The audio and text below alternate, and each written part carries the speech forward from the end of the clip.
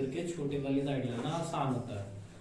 ठीक है, तो आप यहाँ पर बड़े वाली साइड बताइएगा। बड़े वाली साइड वही है, RHS है, तो हम इसको टेक कर लेते हैं और इसको टेक करने के बाद इसको प्रूव करने की कोशिश करेंगे।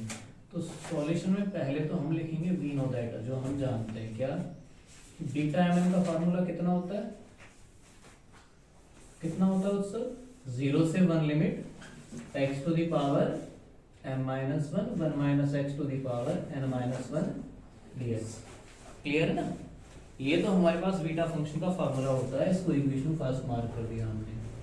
अब ऐसे ही अगर मैं बीटा m प्लस 1 n निकालूं, चेंजेस क्या आएंगे बताओ?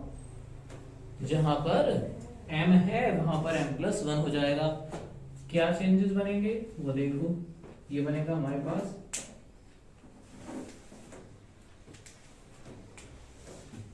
x टू द पावर यहाँ m प्लस 1, ये तो और m प्लस 1 हो जाएगा m की जगह, और माइनस कितना चल रहा था 1, और कितना बनेगा same 1 minus x to the power n minus 1 dx।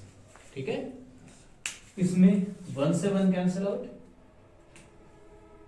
ये तो कटा जाएगा ना, तो कितना आ जाएगा 0 से 1 x to the power m 1 minus x to the power n minus 1 dx।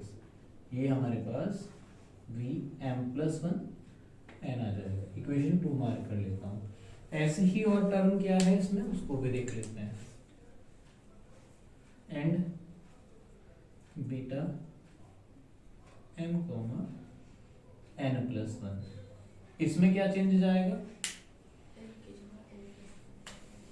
Limit 0 से 1 इंटीग्रेशन की x टू द पावर कितना आ जाएगा m, और 1 minus x to the power m minus 1 है ना, और 1 minus x to the power कितना आ जाएगा, जो पावर n थी पहले उस n की जगह कितना हो जाएगा n प्लस 1। ठीक है, माइनस जो पुराना था वो चली गया हमारे पास। ठीक है, अब इससे ये भी कट जाएगा,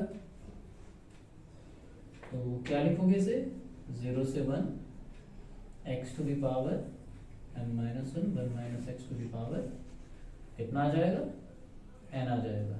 इक्वेशन थर्ड, ये सिर्फ हमने बीटा फंक्शन के फार्मूले से लिख दिया। अकॉर्डिंग टू क्वेश्चन हमें प्रूफ करके क्या लाना है, beta m plus 1 comma n plus beta m n plus 1, ये बीटा mn के बराबर होगा। तो कहीं ना कहीं इन दोनों इक्वेशन का ऐड कर लेते हैं। On adding equation first, equation second and third, second और थर्ड को ही क्यों ऐड कर रहे हैं, क्योंकि कहीं ना कहीं हमें इन दो का सम चाहिए है, इसलिए सेकंड और थर्ड को ऐड कर रहे हैं। क्लियर हो ना? तो ऐड करेंगे, देखो क्या बनेगा, beta m plus 1 n plus इधर से beta m comma n plus 1 is equals to, ये कितना आएगा 0 से 1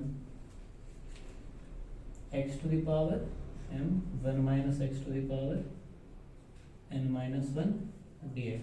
इतना क्लियर हुआ या नहीं हुआ? प्लस 0 से 1, ये कितना आएगा x to the power m minus 1 1 minus x to the power n dx। दोनों टर्म क्लियर हो गई या नहीं हो गई? नॉर्मली हमने इक्वेशन सेकंड और थर्ड को ऐड कर दिया, उसके बाद हमें दोनों जगह इंटीग्रेशन सेम दिखाई दे रहा है, तो इंटीग्रेशन की जो लिमिट है वो तो बाहर निकाल दी। इनसाइड में देखिएगा क्या बचेगा हमारे पास, पहले लिख देता हूँ मैं पूरा x to the power n 1 minus x to the power n minus 1 plus वहां से कितना मिलेगा हमें, वो देखो x to the power n m minus 1 और 1 minus x to the power n, सबके बाहर क्या चलेगा dx। इसमें से जितना भी आप कॉमन निकाल पाए वो कॉमन निकाल लीजिएगा। 0 से 1, अगर कॉमन निकालो तो कितना होगा, x to the power m-1 common आ जाएगा ना, क्योंकि यहाँ पर m पावर है, वहाँ पर m-1 है, तो कम वाली पावर ही तो कॉमन आ सकती है।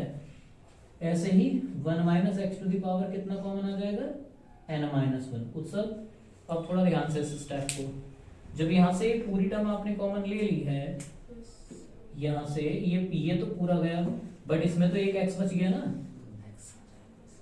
प्लस उधर से जब आपने यहाँ ये पूरी टर्म कॉमन ले लिया, लेकिन इसमें तो पावर अभी एक एक्स्ट्रा थी ना, तो कितना बच जाएगा, इसमें यहाँ तक हम पहुँच गए थे beta m+1, n plus beta m, n+1, इसका फार्मूला लिख दिया और इसका फार्मूला लिख दिया जो ऊपर अभी समझाया था वीडियो में। उसके बाद दोनों को जितना सिंप्लीफिकेशन कर सकते हैं, कॉमन निकाल सकते हैं, वो कॉमन निकाल लिया, अंदर x से x कट गया, फिर ये सॉल्व करके पता चला कि ये तो फाइनली कौन बन गया, बीटा का ही फार्मूला बन गया, बीटा mn बन गया। और यही प्रूफ भी करना था। तो अगर किसी स्टेप में कोई कन्फ्यूज़न लगी हो, कुछ ना समझ आया तो मुझे बता सकते हैं। ये बहुत इंपॉर्टेंट क्वेश्चन था आपके लिए।